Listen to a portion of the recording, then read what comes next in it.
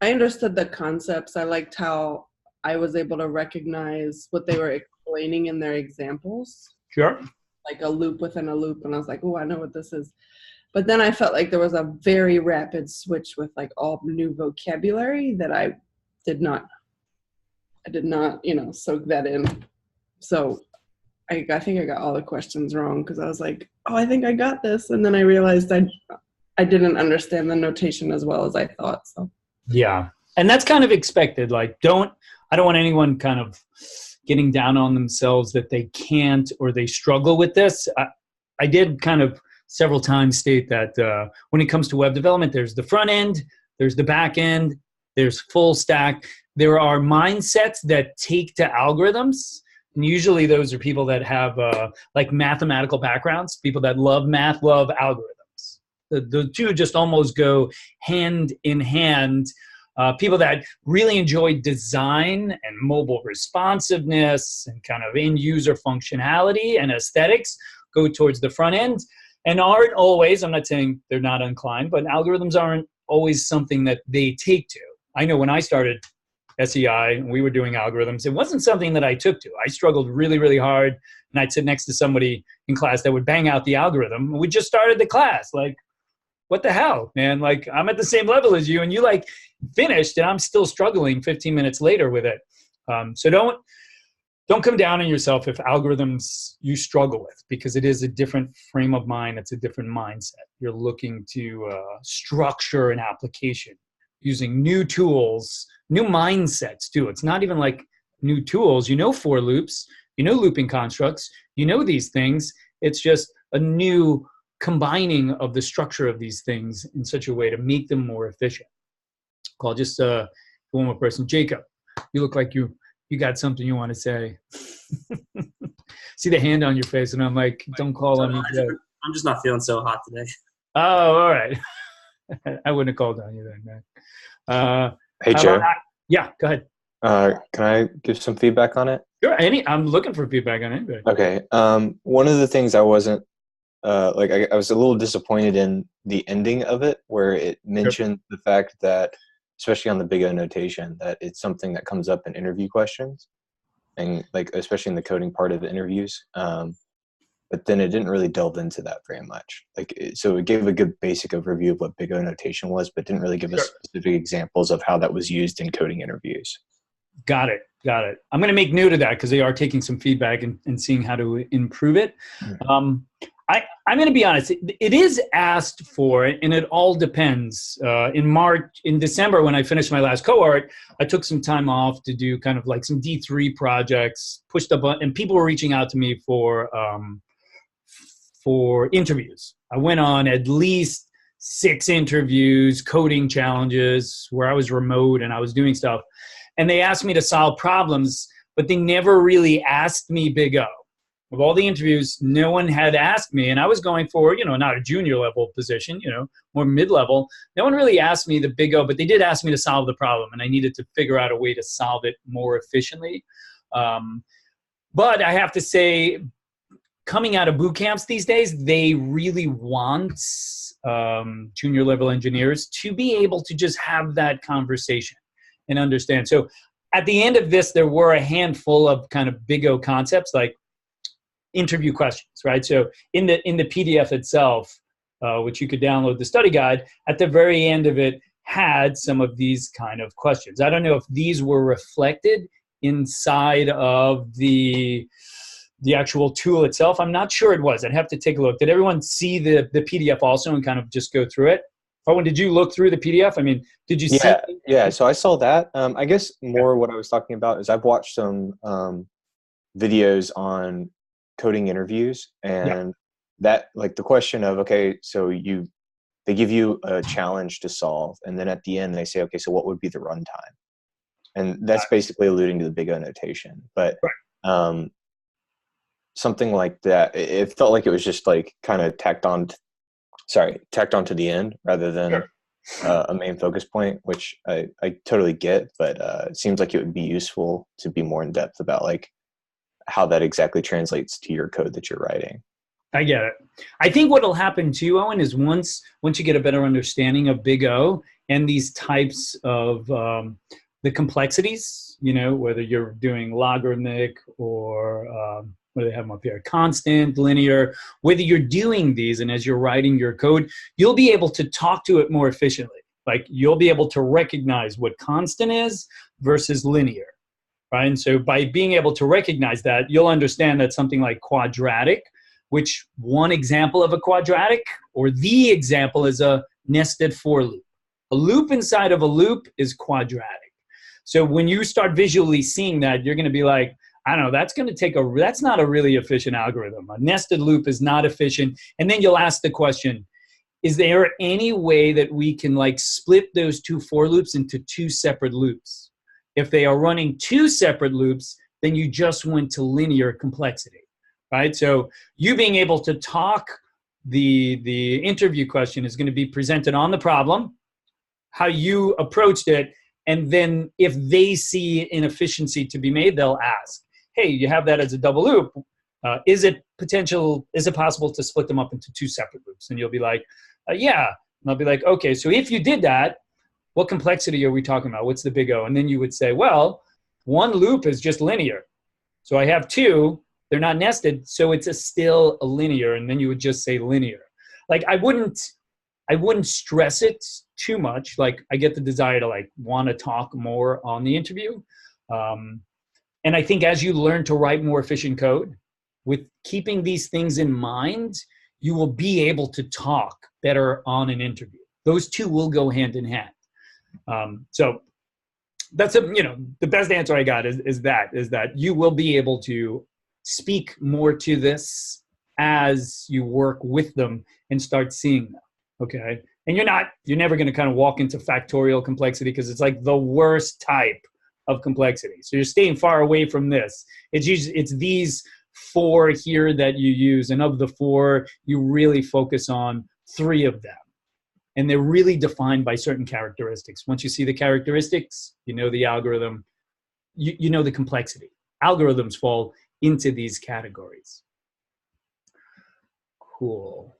All right. So let's get started because I wanted to do, what I wanted to do is this, do something fun in the morning that we haven't really done. Now, I know that you went through the material and like Lauren said, like some of the answers that she gave, she was kind of wrong. Like reading the material and trying to reproduce the material is not always really intuitive and easy, correct? Like I just read it. I think I got the answer and then you don't got the answer. So what we're going to do is kind of walk through some problems and then we're going to do a fun little thing later on called Kahoot. I don't know if anyone's ever did a Kahoot, but Kahoot allows us to ask questions and everyone can participate and it's online. So I put together 20 questions that I want us to kind of go through towards the end just to see, did any of this kind of sink in?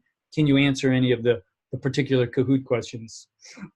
So when it comes to algorithms, really, I mean, I'm not going to go through every slide here. I really don't want to go through every slide, but algorithms are just a way of you solving a problem. That's it. Just think algorithm is equal to solving a problem.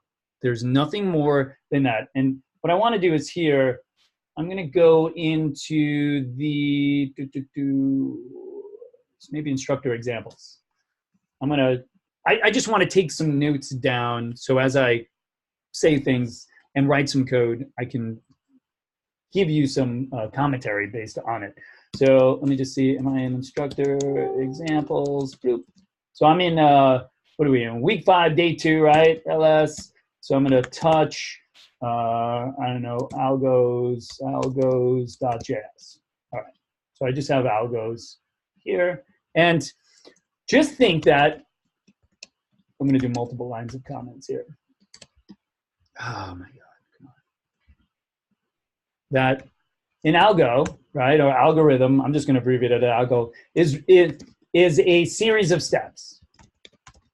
That's it. You were doing algorithms. Do you remember, I remember being on the lecture when Matt was going over peeling an orange. Was that something that you did? Peel an orange? Right? Does that ring a bell? I could have sworn it was peel an orange. Peel an orange was representative of what? What was he looking to elicit out of you? when you peeled an orange? Well, it's a relatively simple task, but Yeah. if you were to break it down for a computer, it's actually really complicated and it requires a lot of steps. And Sure. just thinking about like all those forgettable steps and making sure that the computer can understand it. Yes, exactly, Molly. And those steps, as you were thinking them through, you were writing what? What's the key word that we kind of encompass when you're just writing down your thought process to work out the problem? We were talking about pseudocode. Yeah. Pseudocode,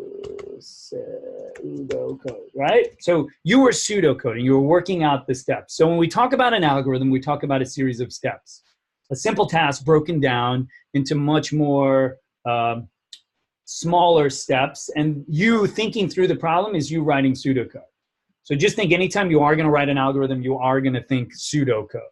Think through the problem first before you write anything, okay? And so we understand that we're trying to solve a lot of different problems. And some of the problems in these slides, like what's an algorithm? I just said it. It's just a series of steps. It's a process. You know, anything from cooking food to building a bridge is a series of smaller steps that need to be completed in sequence. We're all dependent on the previous thing. They give you the most famous one here is Google. And there's some things like, I didn't know these facts. Google updates its algorithm 500 to 600 times a year. That's insane. Like, I almost thought that they just updated a few times since it came out. But just to think how one algorithm turned a company into the biggest giants of all, superseding lots of other companies along the way, right? A search algorithm. And some guys were just like, I think we can search the web better than that. They created it. They got funding. And now they are a Goliath in the world of the internet, right? So an algorithm could put you over the top if it's the right algorithm, right? Solving the right need. So I'm not going to go into what it was before. And this was a pretty cool one, making toast, right? Same thing like the orange. Going through the orange, peeling the orange, what's involved. We could do this 3, 4, 5, 10 different ways on how somebody would approach, doing toast, okay? Now, when it comes to algorithms, though, there are some major algorithms that we're going to be kind of learning. And the ones that we're trying to really solve are sorting algorithms, grabbing something, sorting them, and searching algorithms. These are the two. Just think you're going to be creating filters. Somebody types in a filter, and you need to sort through and return the database. So maybe searching would be that for the filter, as well as kind of grabbing an unordered list of things and sorting them. These are kind of the general purpose ones that we almost always wind up doing, sorting and searching, okay? And once again, we know that JavaScript has a dot sort, and we can use dot sort, and I'm going to say for the most part, that's probably what you're going to be doing, sorting something using dot sort instead of creating your own algorithm, okay? And then searching algorithms. Searching algorithms are different. There's things like using index of to find the position of an element, right? To return the position, then I can grab the element. If I'm searching for something in an array, then I can just tell its position, right? If I know where it is, I use its position, I return the element. Those are the predominant ones, okay? Then they kind of just go through the sorting algorithms, where we would use those. Dinosaurs, we can do them by size. I think we can do them by which one has spots or is more popular, right? Searching for specific ones here. And then they kind of hit you with the knowledge check, which Lauren said, she was kind of running against it. Sometimes you get them right, sometimes you don't. You get them wrong. But think of a package delivery system uses an algorithm to determine the best optimal route. Would be a search algorithm instead of sorting. And instinctually, you might say, like, I don't know, sort. I'm sorting out the best path. But, right, you're not. You're searching for the best path, right? And so when you're doing something like finding a path to something, that's a search algorithm versus a sorting algorithm, putting things in order, okay? I'm just going to go past here. And then this is where we start to, start introducing big O. Choosing the right algorithm, that's for you. And the two main things here are time and space complexity. What's the time that it takes for something? And by time, it's not necessarily time, it's the number of steps that it takes. And then space complexity is the amount of memory that it takes, okay, for this to run. I actually I attended a meetup the other day, and the person was going through closures, and he was talking about low-level computer programming, where you're talking about heaps and stacks, some information that I didn't delve into since I've been doing web development, but to see the difference between what a stack and a heap is, and how both of them are using memory, and how they are leveraged, and how the memory is being used in either or, was really, really interesting to see. But we're talking space, which is the amount of memory that we need. So when your data set, the real key thing here is like, when your data set starts getting very large, does the algorithm account for that? Like, how does the algorithm respond to the size of the data set? As the data set increases in size, how does the algorithm handle that? And that's one of the key things. And in the big O here, they kind of show you a table that shows you those algorithms and breaking those things down. And then they just kind of break down the types of algorithms: sorting algorithms versus searching algorithms. And you can see here, there's a lot more ways to sort than there are ways to search, okay? Once again, memorizing all of these sorting algorithms is not something you're gonna need to do. You're not gonna have to leave the school and be like, I can do a radix sort versus a bubble sort versus a merge sort. You're not gonna have to master that. Be good if you could kind of work through the problem and understand the logic and pseudocode it, but this is not expected of you. No one's gonna say, if you can't do this, you can't get the job.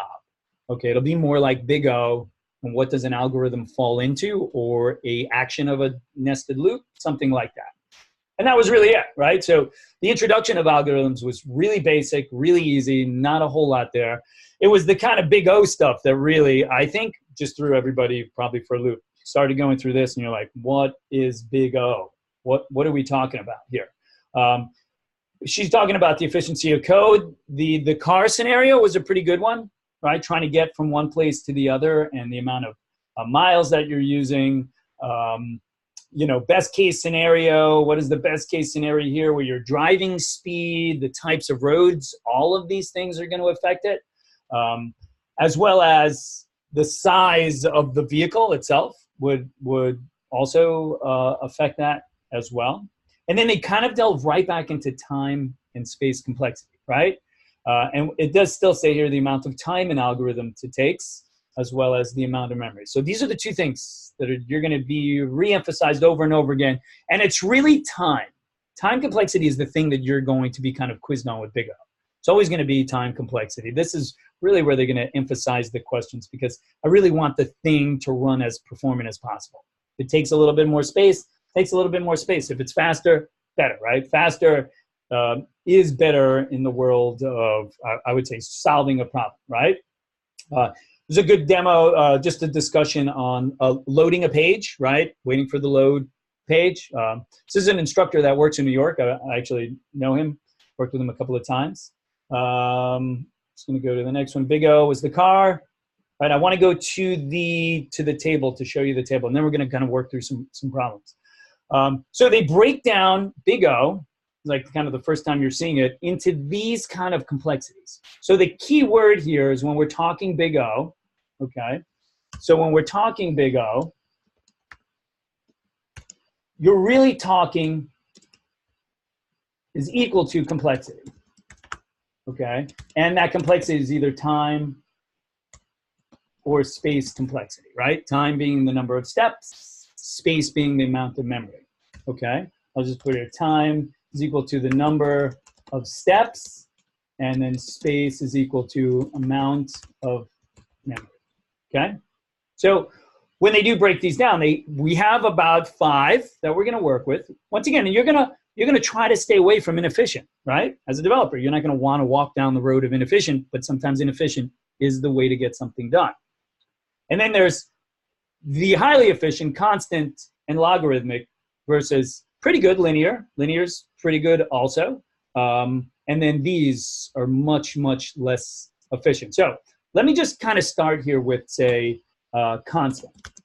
Constant. What is constant? So I'm going to go down here. You know what I'll do? I'll take this because I want to just kind of give an example of what constant is. Okay.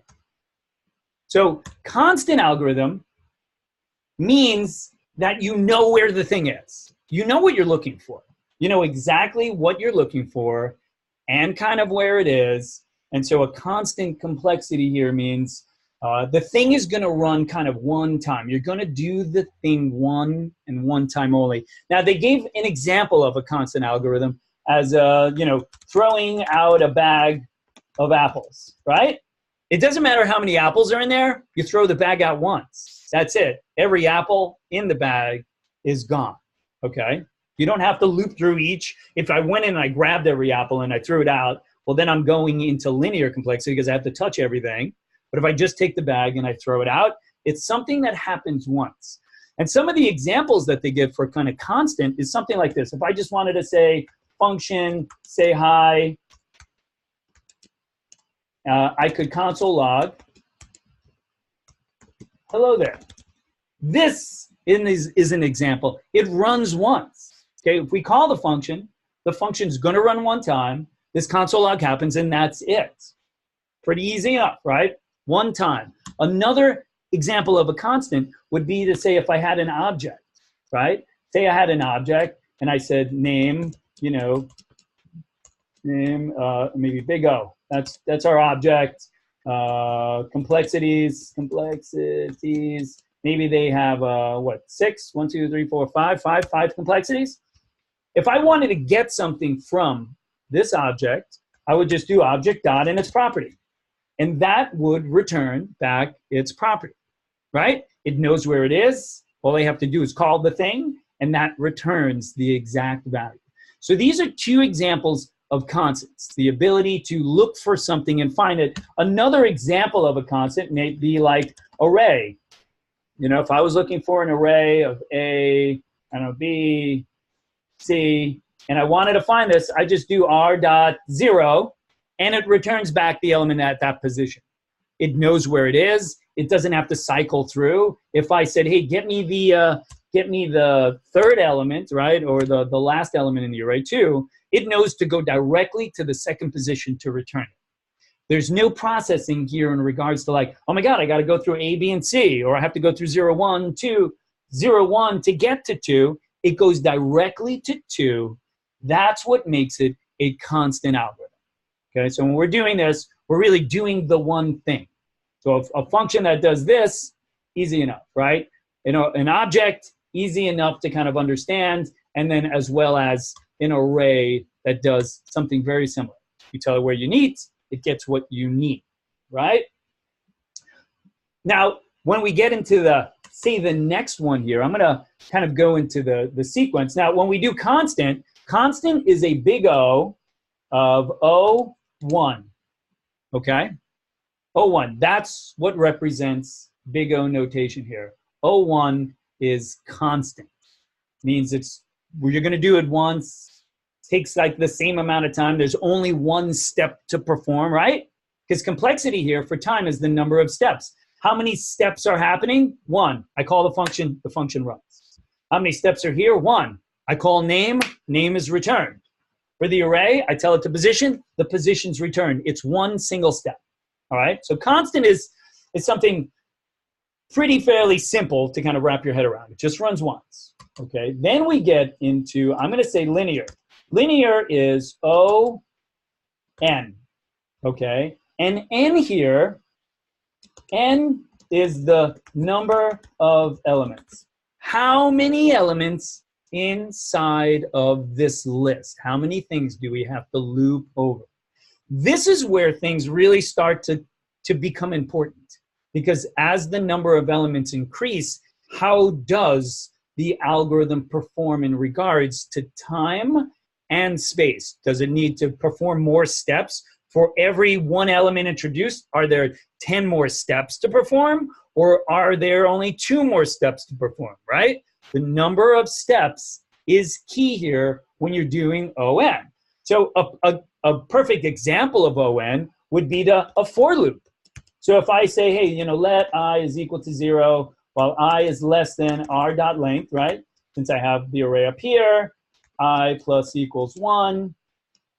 And then we could just console log, right? Console log Ri. That is a perfect example of a linear function. I must touch everything inside of this array in order for us to cycle through it all. Now, if we were looking for something very specific, right? So here I'm console logging it. What if we were looking for something very specific in here? Maybe I was to say something like, if, Ri is equal to C, the last thing in the array, then I want you to console log it, right? Then console log it, right? So what's happening here is it's going to cycle through everything because it's got to get to the last one. We understand that, right? But what if I said A?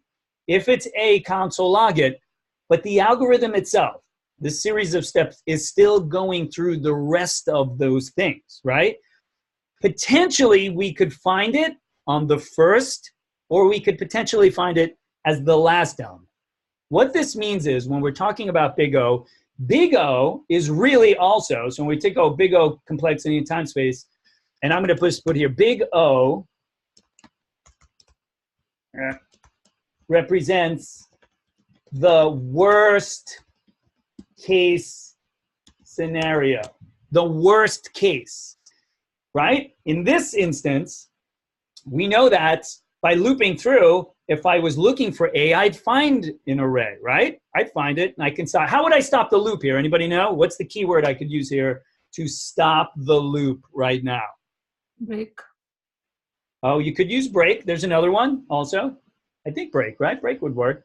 Return. Return, right? So if I returned, I'd break the scope of this. But I also think break would work also. I think so. Or break might just be this code block here. I think if we returned, it would also end. It would just stop the code. But let's just say I returned at A. The best case scenario is I found it and I stopped the loop, right? Hey, best case scenario. Big O is not best case scenario. Big O is worst case scenario.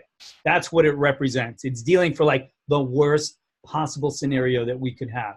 So as the number of elements increase, right, it starts to turn into this worst case scenario. Okay, so if 10 elements takes 10 steps, 100 elements takes 100 steps, right? Or maybe, 100 elements takes 1,000 steps. So that becomes the worst case scenario.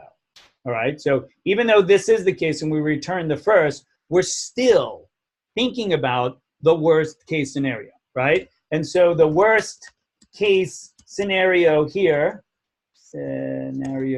is 3 times, right? That it has to run through the loop at least 3 times. That's the worst case. Best case is that it finds it on the first thing. Worst case is it runs 3 times. Worst case is what we're running with here, okay? And that's why when we say for big O it's n, it's the number of elements in the array. Big O n, linear, is always the number of elements. You have 1,000 elements. Big O means I have to touch each one of those elements, potentially touch each one of those elements. Maybe you will, maybe you won't, but potentially it's there.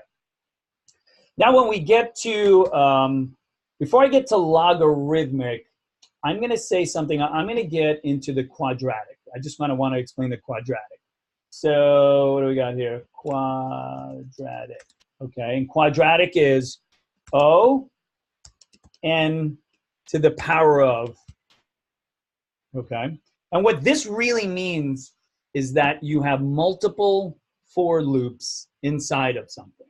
Okay, so a good use case for something like, or an instance where some people use the quadratic to solve a problem is something like finding the largest number in an array, right?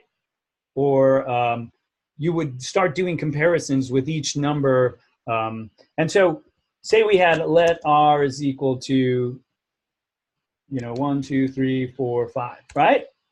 5 elements in an array. If I did a for loop here, I could do something like let I is equal to 0. while I is less than r dot length, right? I plus equals 1. And then we could have another loop in here, like another for loop. And maybe we said let j is equal to I plus 1. So we're always next to the value. So the first time this loop, I is equal to 1, and then j is equal to 2. And then we can run the comparison. Is I greater than 3? Is I greater than 4? Is I greater than 5? And we can keep doing this. And then we start the next. Is 2 greater than 3? Is 3? We can start doing this, right? So I can say is let I, and then while I is less than r dot length, I'm going to put here -1 because we don't want to exceed the array anymore, right? And then we could do, oh no, it's not I, it's j, right? And then here would be j plus equals 1. And then we'd have our logic, whatever our logic is in here, whatever the logic is to do the comparison, right? In here was where we put our logic. But the fact that we're doing a double nested loop represents O(n) squared, which means we have to go through every element in the array, potentially, one time, and then go through every element in the array a second time, potentially, right? I mean, here I'm starting at the next element, so I'm not ever going to be like 1 to 2, and then on the second loop go 2 to 1. I'm not going to do that because I already touched 1, and so I can make it a little bit more efficient, but still the worst case scenario is having to touch everything inside of this array, okay? It's 2 times. That's the idea, 2 times. This is the best example of like a quadratic. So what I'm saying is like, when you're talking on interviews and they ask you questions, you're going to see these basic formats here. Okay, I'm going to see a nested loop, and I'm going to be like, 2 loops inside of each other. Well, that's O(n) squared. That's the time complexity O(n), right? If you start to see something where I'm just looping through and I'm console logging 1, then you're like, oh, that's O(n), right? Anything that's not nested and it's a loop is almost going to always be O(n). Anything where I know the thing that I'm looking for is almost always going to be O(1), right? It's not like a search. If I grab a value in a search and I still have to go through the array looking for the thing, well, then I don't know where the position of the thing is, so I still have to go through it, right? And that's kind of potentially this too. You know, when we did O(n) and I have to loop through things, you know, when I found the position of the element here, I knew what I was looking for. If I was to do something like this also, so for a linear, I'm just going to do this. What if I did array.index of the letter C? Why is that O(n) and not constant time? What's the difference between these two? This would return what? This is going to return back its position. Right? Can we all agree if I did that, it would look through the array, finding the element B if it exists, and it gives back to me the position? Why does that fall into O(n) versus giving the position and finding it immediately? Any ideas? Because I guess on the back end, we're going to assume that the index of is essentially doing that for loop for us. Correct. That's exactly what it is. The loop, the index of, is looping over the array. Under the hood, that's what it's doing. It's quite possible it's using a for loop under the hood, looping through every element, looking, doing exactly what we were doing, kind of like where I did the if statement. Where's the if statement? Here, like doing this, doing something similar to this under the hood. And once it finds it, it returns, it breaks out. It's still a worst case scenario. I still have to touch every element in the array in order for this to work. So it falls into this O(n). Just give me 1 minute. I see my power adapter. I'm on 5%. I'm just going to go grab my adapter and plug it in. Give me 1 second.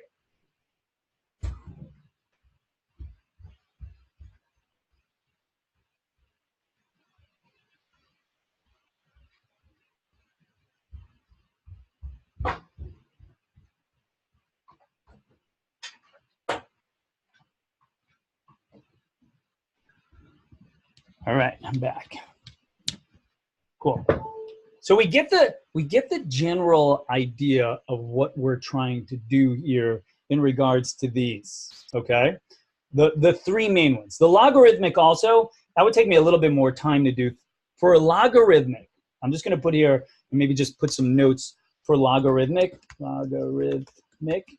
Logarithmic is big O log n. And basically it's this. You know something about the thing that you're looking for. And this works best in a sorted array. So if you said to me, I'm going to play a game. How many times do you think it would take me to guess a number that, say, Sarah's thinking of? I'm thinking of a number between 1 and 10, or Sarah's going to think of a number between 1 and 10. Sarah's like, why me? A number between 1 and 10. How many times do you think it could take me potentially to solve this? So that's an easy enough question, right? Sarah, you're the one I'm guessing, so I'm going to shoot it towards you. How many guesses do you think it would take me, the worst case scenario, to solve that?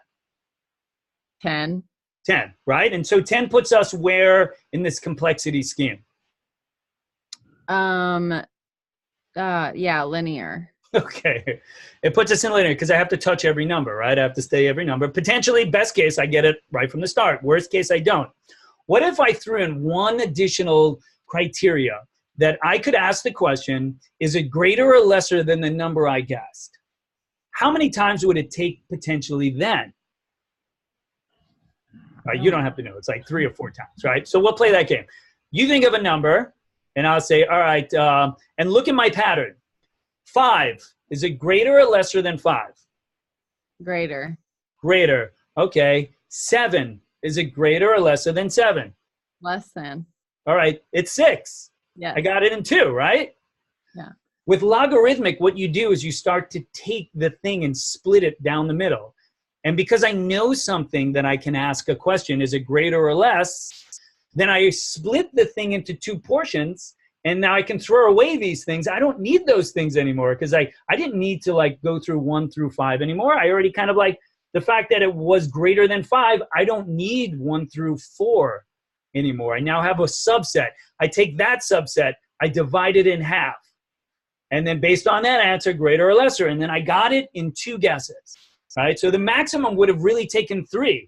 If you said greater than 7, I would have been like, all right, is it 8, greater or less? And you would have been like, oh, it is 8. Awesome. If it's less, then I know it's 7, right? Or no, it would have been 9, right? 9, greater or lesser. Then it would have taken me anywhere between 2 and 3 times to get the algorithm. And that's where the complexity comes in here. Like, I'm going to go to the chart that they have that shows the complexity.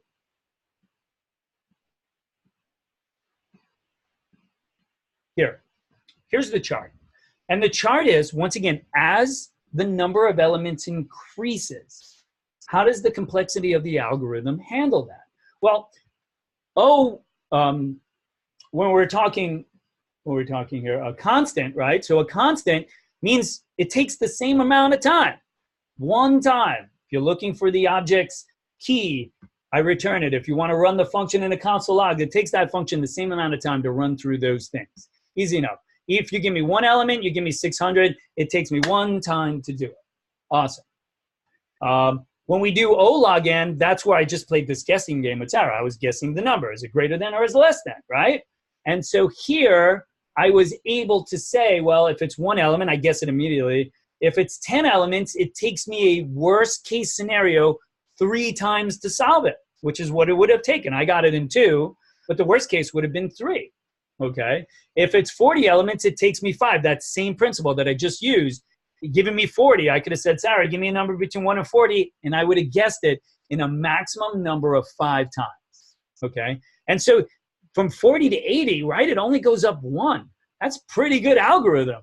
The fact that it only goes up 1, and then here it only goes up 3, and this went up, I don't know how much percentage, but that's pretty big, right?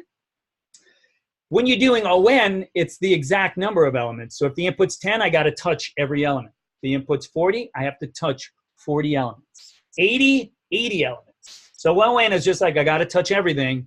So as the number increases, I just have to keep running that extra number of times. And then when you get into O(n) squared, where you get into nested loops, that's where things really start to take off and the inefficiencies really become evident, right? One element is easy enough. If I have an input of 10, I'm doing 100 times I got to do this. If it's 40 elements, it's 1,600, 80, 6,400 times. The number of steps just went up exponentially, right? I mean, that's what it means. O(n) squared is really what that represents. So you can see that this is not the efficiencies that we're shooting for, nor do you ever really want to kind of go down this route, right? I mean, this thing goes up so complex that they're using E to represent the number of zeros, right? And I forgot what that represents, but that's a shitload of zeros right there, and you don't ever want to walk down this road. That's completely inefficient algorithm. You want to stay between this and lower. You want to be somewhere in here. If you can work out something that you know about the algorithm, if you can ask a question, then log n is the solution. If you know you just need to loop over all of them, then this is what you want to do. But if you need to do the nested loop, then that's the algorithm that you want to do. And I've looked through, coding challenges in the past, just went online and walked through some of them. And some of them do the for loop, and then they break the for loop into a nested for loop, and then they break them into 2 for loops. 2 loops, which makes it this instead of this now. I'm sorry, this O(n) instead of this, okay? It becomes linear instead of quadratic because they were able to figure out, well, if we do one loop and we find one thing that we're looking for, then we can run the second loop and run it against that instead of like comparing everything. Let's just go one cycle through, find it, one cycle through, find it. Boom. That's easy enough. Okay? So the complexities here are important. And what I would suggest is of the ones that you're going to work with are mostly these on any particular interview question. Now, that being said, they do have, I'm going to open up, let me just open it up here real quick. Homework. All right. We only have another 15 minutes here. I got morning exercise.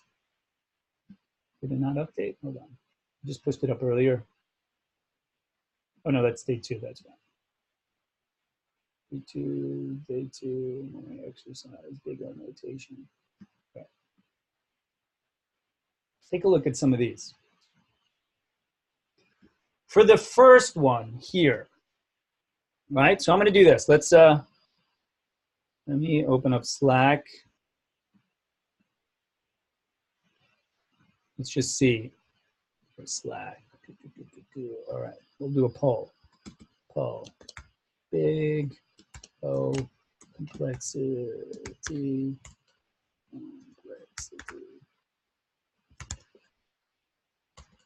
Is, and we'll put here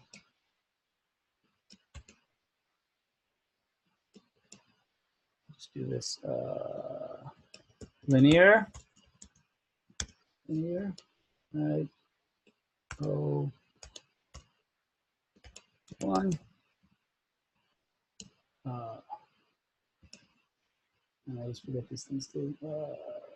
Constant. I think that's constant. And linear O n and quadratic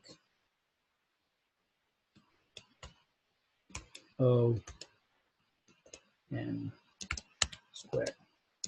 All right. So for this first problem, right here, put out the poll. Let's see what we got. What do you think it is? Is the first one a constant, linear, or quadratic?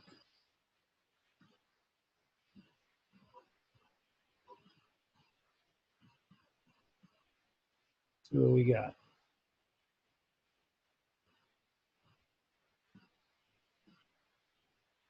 Algorithms. All right. Solutions. All right, so we got linear here, okay? And so it looks like almost everybody chose linear, so you're already getting it, right? Why is it linear? Why does it make this linear? Because it will go through the array. I mean, as per the whatever number of words it has in the phrase. I mean, if a phrase has 5 words, it will go through 5 times. The worst case scenario, remember, the worst case scenario is that it goes through 5 times. The best case scenario is that you hit the thing on the first mark, right? That's the best case. But we're always looking at the worst case scenario for things. Okay. What about number 2? Here, let me put the poll back in.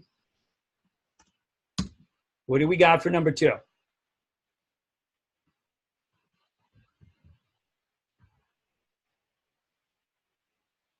Right? I almost feel anybody would be hard pressed to be like, I think it's linear with the amount of people going for quadratic. All right. So it's quad. Yep, looks good, right? So let's see. Flint, why'd you choose quadratic? Because it's got the 2 loops. It's got the 2 loops, right? A loop inside of a loop. This for loop inside of another for loop is a dead giveaway that this thing is O(n) squared. It is quadratic. Okay? Cool? See, it's not, once you see the patterns, it really isn't as complicated. Now, I'm saying once you see the patterns, figuring out the algorithms on your own, that's a whole different ballgame. But seeing the algorithm written, looking for the patterns, that's what you're looking for. Okay.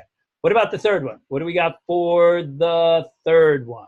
What do you think it is?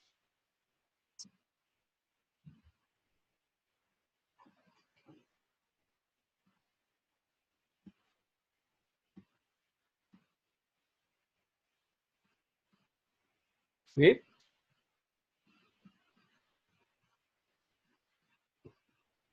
I think it's almost like everyone pretty much on point. We got the third one. We're saying this third one right here, this factorial, right? That's the one we're shooting for? I don't know. Right? This was the one we were shooting for right here. Okay. What if I told you a lot of you said that it was constant, O(1), and at least 2 people said it was linear, O(n), right? So constant people. Let's see, Matthew, why did you think it was constant? Because it's looking for a specific result and ends after that result. It does, right? What throws everyone off here is, and let me just get the opposite or one of the linear. Jose, why did you think it was linear? Because first it has to test it, and then it's got like multiple steps, or at least that's what I thought. Okay, so we haven't gone into recursion yet. Recursion is a concept where a function calls itself, and it kind of loops over itself, and it spins off little instances of itself that once those little instances get resolved, it starts to kind of backtrack to the main function. You see this return keyword here? This return keyword is returning back the same function. So the function is going to run as many times as the numbers you gave it. If I gave it the number 5, it is going to execute 5 times. That's what it's going to do, right? Because if n is equal to 0, then I stop the main function. But if it's not equal to 0, then I'm going to run the function again where I decrement the number by 1. So the first time n is 5, right? Then the function runs n is 4, n is 3, n is 2, n is 1, n becomes 0, and when n is 0, this main function stops at that point in time, okay? So the fact that it's doing this recursion, which once again isn't something that we've covered yet, so maybe you're looking at it and you're like, oh, I don't really know that. Now you at least understand an overall concept that if you ever see the function name and here being referenced within the function is calling itself, which could potentially be an infinite loop, right? Where it just keeps calling itself. So you need some sort of base case to tell it to stop. There has to be a, you got to stop running yourself, otherwise you're just going to run to infinity. And so this if-else statement becomes our mechanism of stopping. Okay? So, cool. Let's just do the last one. We're running out of time, and I want to do the Kahoot also. What do you think number 4 is?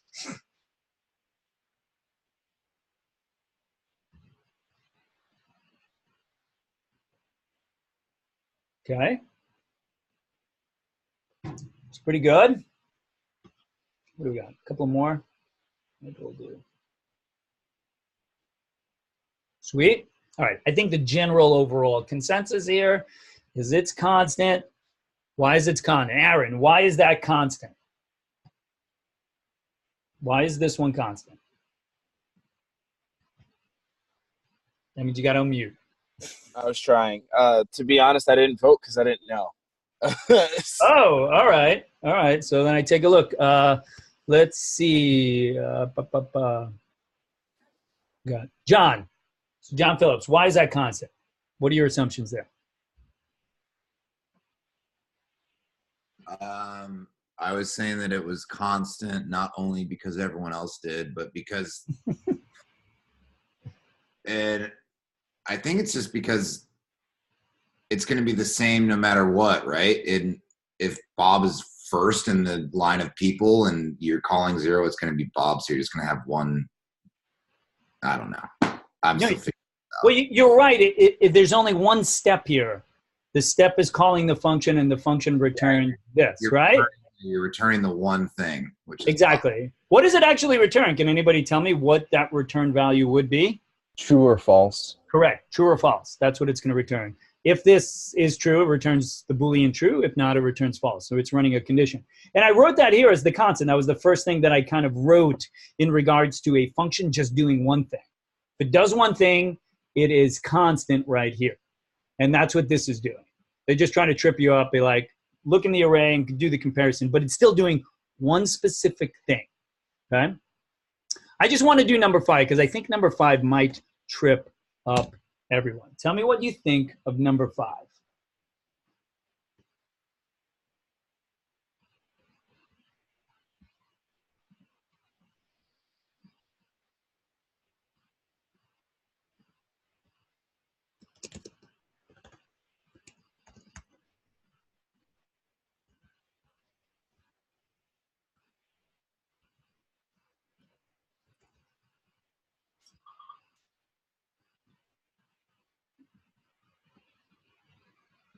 Turn off notifications.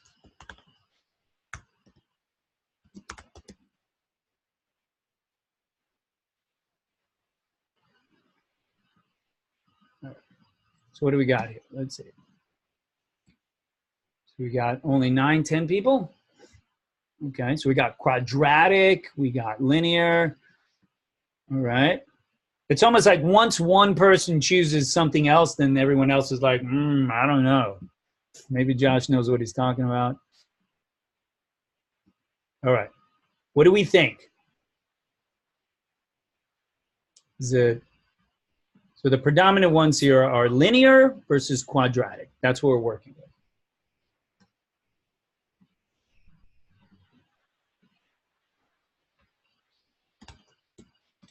All right. So I'm going to say here, the answer is, it is linear. And so the question is, why is it linear? I see Josh, you like had second thoughts. So Josh, since you went from quadratic to linear, you're going to be the one that explains why you made that decision.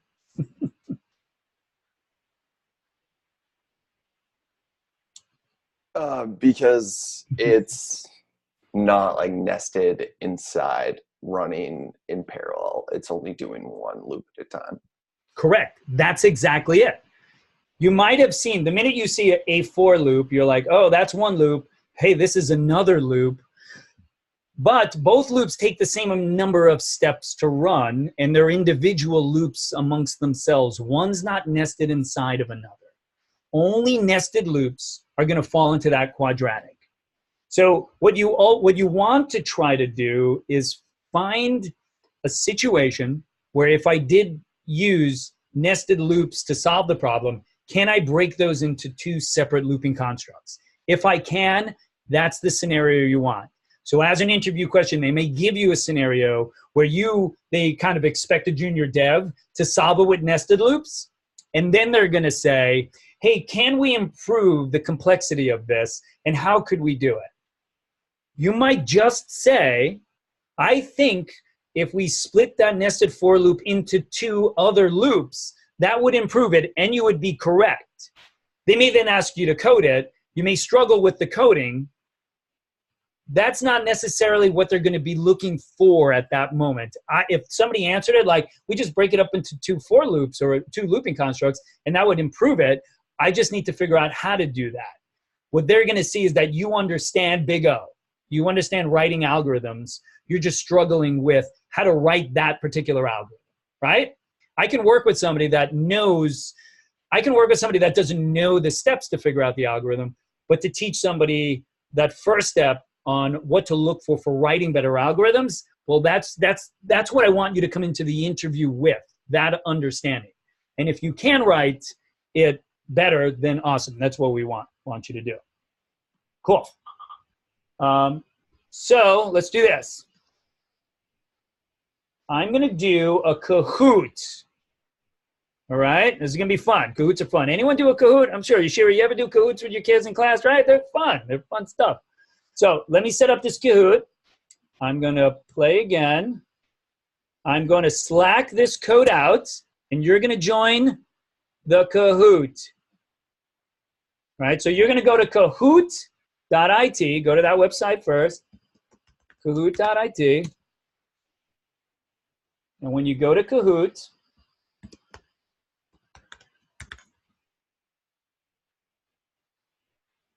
it's going to tell you to kind of enter a PIN number, and I'm going to give you the PIN, okay? Here's the PIN. You're going to put that PIN number in there.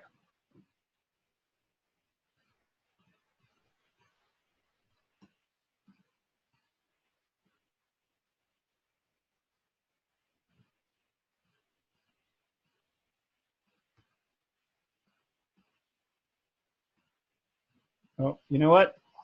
I think I gave the wrong PIN. So hold on one second. Let me start this. I was testing it earlier, and I just wanted to make sure the Kahoot worked. PIN. All right, so I'm going to do this. Let me Slack out. Let me get rid of that PIN and give you this PIN right here. All right, here's the PIN. That's the new PIN. Put that in. What we should see here is as people join, they should see, there you go, Molly's in. Jeremy, you can make up names, maybe for the first time. After a while, everyone starts like putting crazy names in there. I don't know why I have this flashing thing or not, but cool. We're gonna wait. We should hit at least 25. We got everyone on. Hit 25. I want to wait for everyone. Everyone good?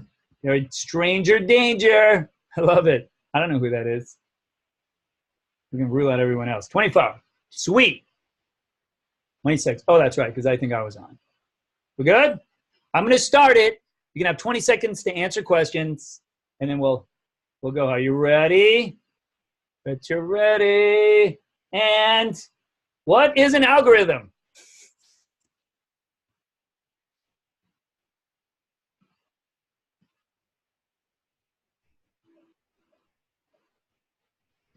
When everybody answers,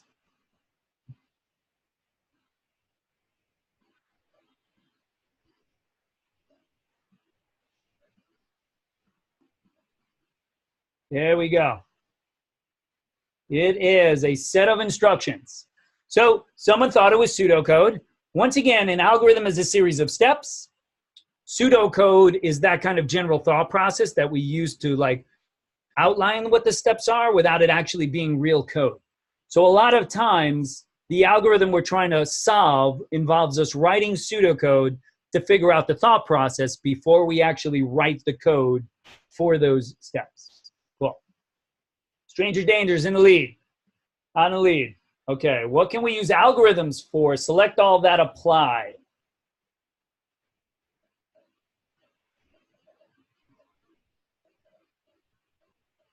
I think I had a hard time forcing the one I wanted. I think if you select anyone, it's going to work. So I don't think I see what you guys are seeing. you're not seeing it? Mm-hmm. Okay. Okay, but you're going to have to sit with this one out then, because I can't restart it. Yeah, that's okay. Okay. I'll just. All right. So all the above, yes. So we got a computer program, and it is a computer program, right? But it's also the steps you would use to build furniture. It's also the steps you would make a cake. Any steps to do something is an algorithm. Doesn't matter what it is. Okay, we use algorithms all day to go to the bathroom. You put steps in front. You hold the door in a certain way. Your brain is working through algorithms. Ryan's up there. Okay, which algo would be used to find best routes to deliver a package? Kind of pointed this one out earlier too.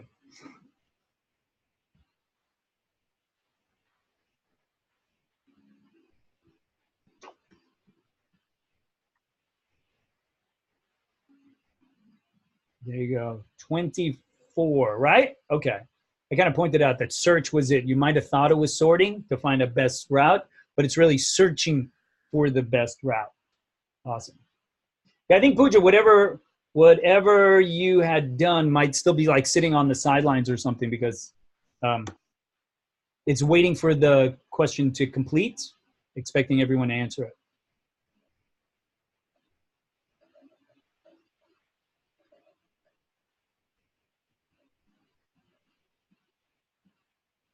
You guys are ruthless. There we go. Sorting algos are used for which of the following? There you go. All of the above, right? Sorting algorithms, ranking posts, the contacts in your phone. Everyone's contacts in their phones are sorted, right? Who has unsorted contacts? That'd be crazy to look through that. Organizing t-shirts. You either do them by size or by color, right? Awesome. Did it. What two ways are algos evaluated?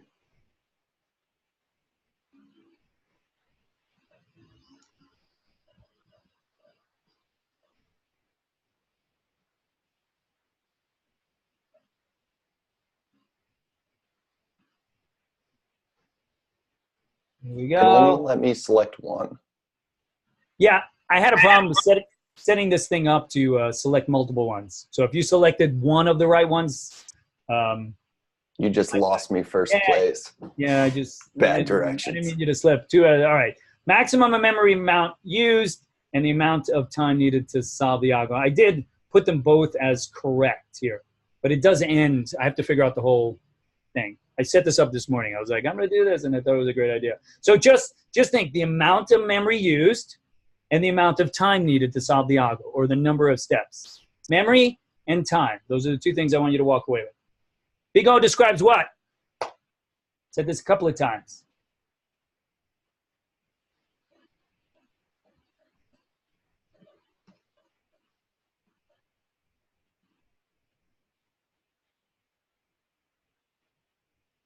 Big O describes. I'm going to set this to be 10 seconds next time. Bloop. A way to describe the efficiency of an algo. Awesome. So we got the largest value in the data set. The largest value in the data set, or they might have been thinking as the number of elements increase, right? The complexity of an algorithm could increase, right?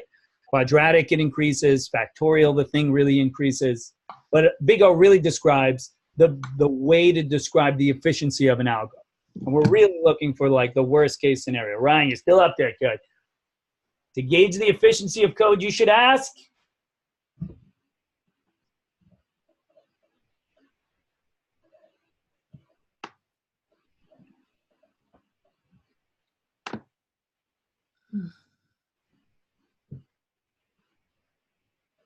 There we go. All the above. Sweet. So we got, you might have been pulled into like, I don't know, 10 elements, 1 million elements might have pulled you in there, right? The more elements, but really it's all the above. You have to ask yourself, when you're asking yourself, how long does it take for 10 elements versus 1,000 versus 1 million? And then compare that to the chart. Okay? Big O is usually used to measure. Oh boy, this one should be an easy one.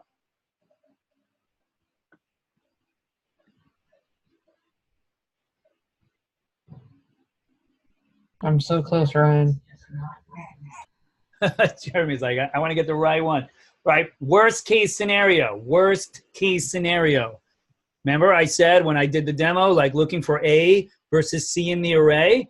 If we look for A, it solves it, we return it, right? That's the best case. Big O is always looking for worst case scenario, not the best case. Ryan's still up there. Jeremy wants the title.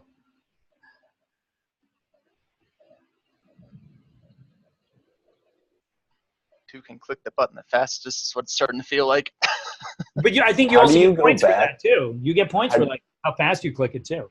How do you repick if you misclicked? I don't think you do. Cool. Yeah, so we got constant. Yes, remember constant? O1 is constant. I do it one time. It's that function that just console logs hello. That's constant. An object where you get the key value pair, right? Linear is when we're doing ON. I have to touch everything in the array. Ryan, Jeremy, look at that. Only points. Look at that. Woo! Which two types of complexity are highly efficient?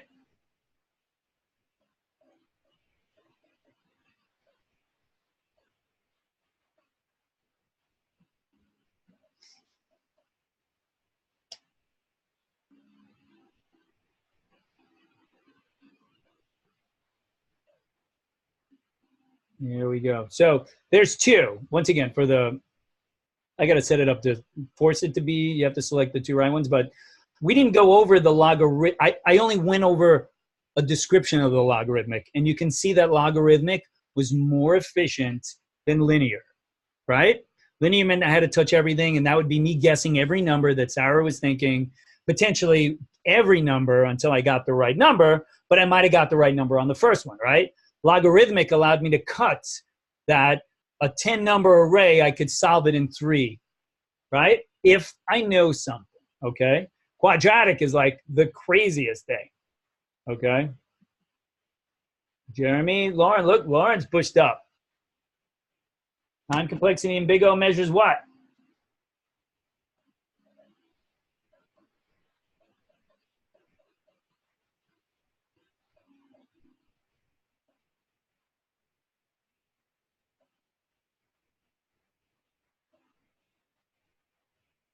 This one might be tricky.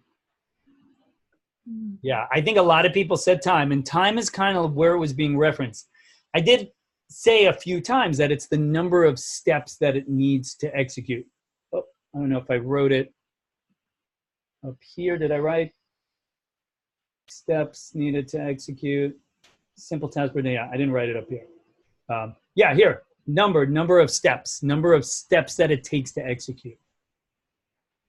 All right, Molly, still up. Jeremy, second place. Carry a pigeon takes what complexity to carry one flash drive a certain distance? This was also in those slides. I'm actually pulling some questions out that they had in the slides.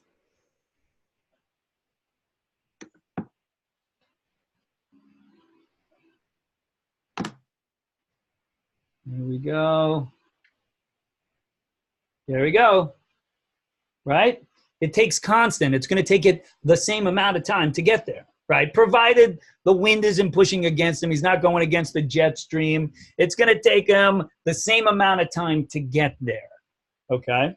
Not any more time, not any less time. The example that they actually gave in the slides was a company in like Africa or something was trying to send data, and their internet was so slow that somebody made the joke, if we put it on a thumb drive and we use carrier pigeons, it'll get there faster, and it got there faster. Because once you use the internet, it was the amount of data that you were sending, breaking that data into bits, finding the right path, that all complicated the scenario, when if you put it on a thumb drive, you strapped it, it took the same amount of time for the thing to get there versus taking the bits and transmitting them over the wire, okay? Characteristic of a logarithmic algo is, of course, A and B, you know, asking Matt and Jericho are both right answers.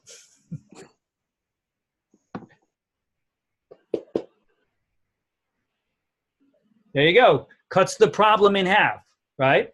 It is an efficient algorithm, so I'll give you that. Maybe I change this question up. It is an efficient algorithm, but really a true characteristic of it is that it cuts the problem in half each time. Same with the numbers. I said 5. You said it was greater. I went to 8, right? Was it greater or less than that? And then you could play that game. So cutting it in half is the key to a logarithmic algo, which means you need to know something. You need to have the ability to ask, and based on that answer, make a decision on which direction you should go. All right, Molly took the lead. Still in the lead.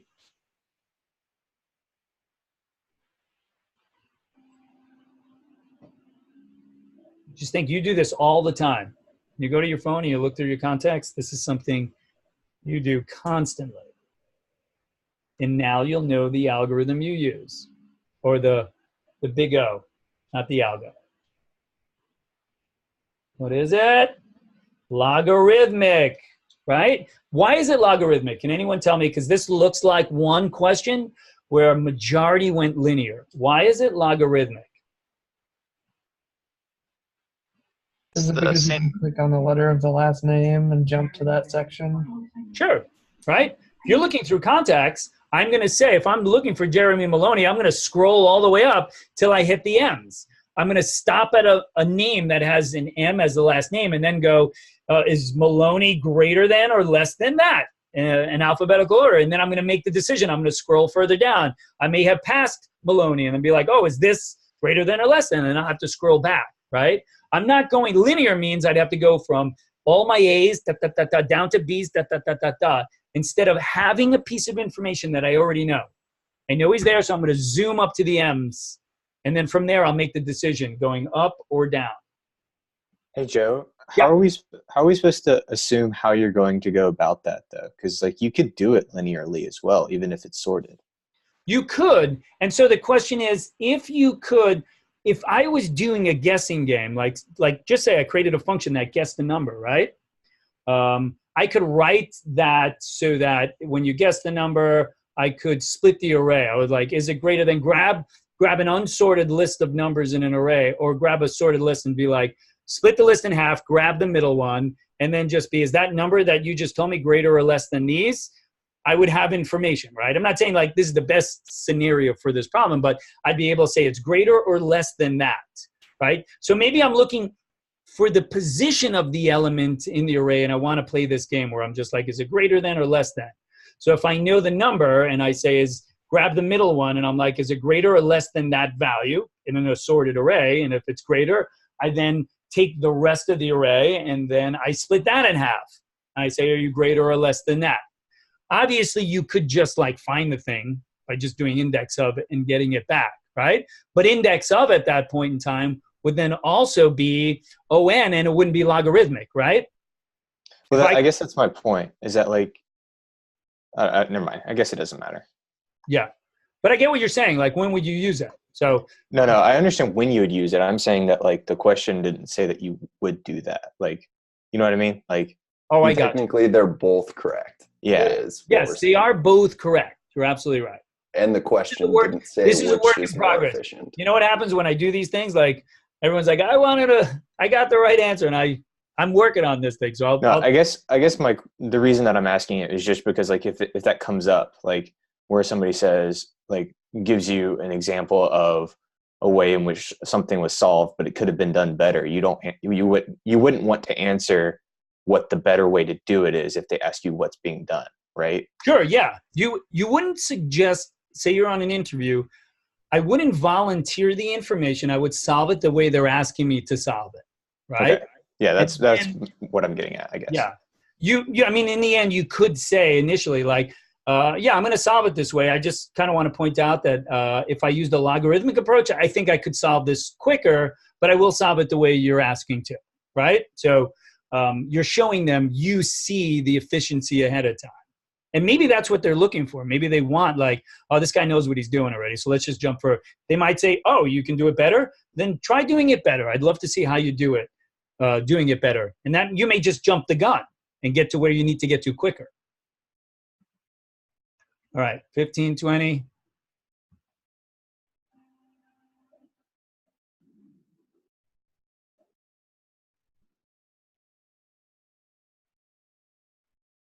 Remember, I did this with Sarah. This is me guessing. But the numbers just shut up.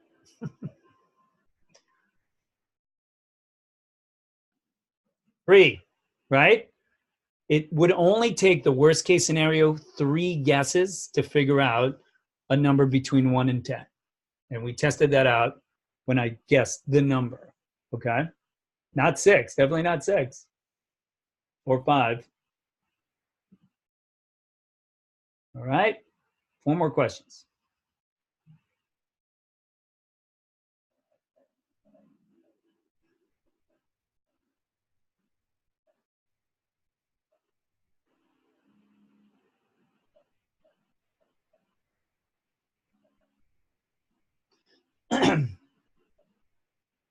There we go. Right? Constant is 1.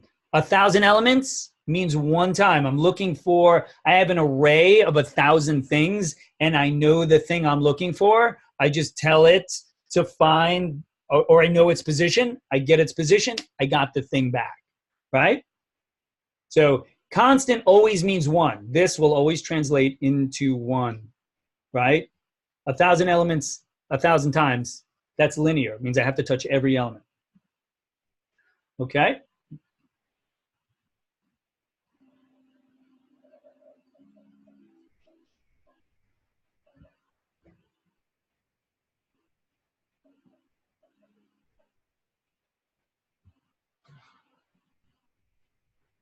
think we have people drop off, right? Oh, no. Okay. Let me make sure everyone's in. There we go. Almost everyone there, right? Linear means I touch everything. Okay? So if there's 10 elements, I have to touch every element. Okay? 10 times. Here we go, interview questions.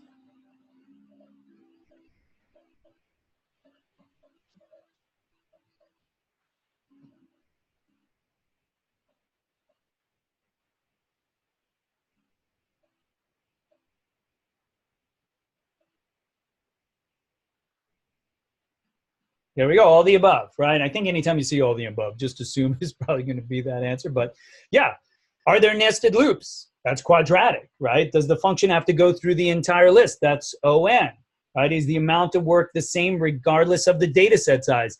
As the number of elements increase, how does that algorithm respond to that? These are all interview questions that you might get. Okay, Molly, Ron, Justin, Owen, Jeremy, boom. 2 more questions, then we're done. Take a break and then we'll.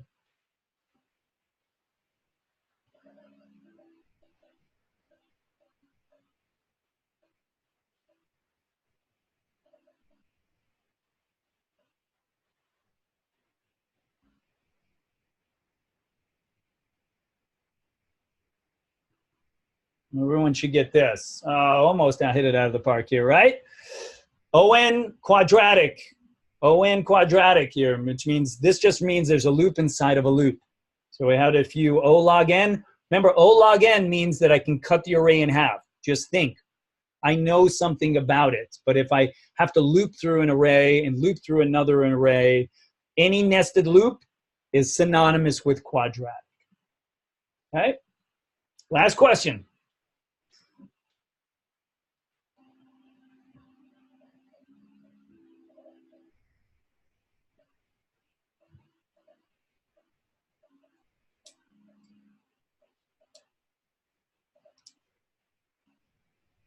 Here we go. Log n, right? Logarithmic. This was the guessing game, right? I broke the data into smaller bits and then was able to perform something on those smaller chunks. Okay? We had quadratic. Nope. And this is constant time. Constant time is really just like one-time thing. So I wouldn't even be touching something or maybe performing the smaller chunks. Cool. And what do we got here? Looks like Molly took it. And we had Justin and we had Ryan. Sweet. Hey, Joe, can I ask a question about an earlier question? Sure, yeah. What's up? On the one that was asking what you should be asking yourself when determining efficiency. Sure. If you base it off of worst case scenario, if you know that there's a possibility for 1 million inputs, why would you concern yourself with 10? if you knew there were a million inputs in there, Or then, if you knew that there like the data set could be a million, why would you concern yourself with 10? Because the question was like, in determining efficiency, you should ask yourself, what would happen if there were 10 data sets, or okay, because 100 or a million or whatever. Because then you're going to ask yourself, how would it perform with 10? Well, what if you knew there were only 10, right? If I knew that the algo was only going to have to deal with 10 things, then certain algorithms might be faster. They may be faster at that level, but the more elements we give it, they start to become more efficient, right? So if I know at 10 elements that this thing works really good, then I can choose between 2 algorithms of my choice, right? At 10 elements. But then if it gets 100 elements or 1,000 elements, it starts to really slow down in the efficiencies. And if that's where it starts to slow down, then I'm going to decide not to go that route. So I'm almost always looking for something that as the array increases in size, I can then understand the time complexity that that algorithm takes to solve that problem. And as those increase, that's something that, once again, if we went back to just this chart here, right? We already know like doing it via log n would be the option. As the input increases, the time complexity does not increase as much. But if I chose a linear approach, well, then it's as many elements is as much time as it takes. And if we go quadratic, well, then that is really crazy. That takes a long, long time to solve this, right? So we don't want to go the quadratic way of doing it. So knowing how something 10, 40, 80 performs will then make your decisions on whether, you know, these are the 2 algos we want to decide on. And it's a matter of you writing it. Like you writing a log n algorithm might mean that it takes you more time to work out logic versus writing it as ON. So if you know your input is going to be 1,000, you wouldn't concern yourself with 10, correct? Yeah, you wouldn't concern yourself with 10. Basically, what you want to concern yourself with is the worst case scenario. Right, okay. What's the worst case? I'm going to assume that you told me 10, but I could have 1,000,000, and I'm going to go to this chart, and I'm going to make my decision on that, okay? Okay. Cool. Any questions? Once again, the slides themselves were kind of dry, right? I didn't think you were really going to grasp all of the information in the slides. Going through a couple of small examples also helps to convey it. But once again, still not. I think doing it in a fun game might help have clarified or solidified some of the ideas and concepts, but without working them through, you know, further, it's going to take you a bit more time. Cool. Any questions? Any questions on the material? Oh, I don't know why I keep getting these pop-ups. Nope. Okay, we're gonna be introducing more of this. You have access to the algorithms if you want to go through them on your own time. Go through them. I think tomorrow we're gonna kind of do morning exercise on recursion, maybe sorting on Thursday or Friday, just so that you know we're gonna keep doing these algorithms. And from this point on, from Unit 2 on to the end, we're gonna be kind of working through a little bit more of these algorithms and then data structures and computer science along the way. Cool. All right, so why don't we take a break? It is 11:23. Why don't we come back at 11:30? Oh, I'm sorry, 28, 11:38. When you guys come back, take 10 minutes. Let's do 15. Let's do like 11:45 just to give it. 11:45. Matt is being generous. Yes. Matt. You're welcome, everyone. Oh my God, do you have cupcakes sitting over there, or just making you happy? Oh no, not today. All right, Matt. 11:45, everyone.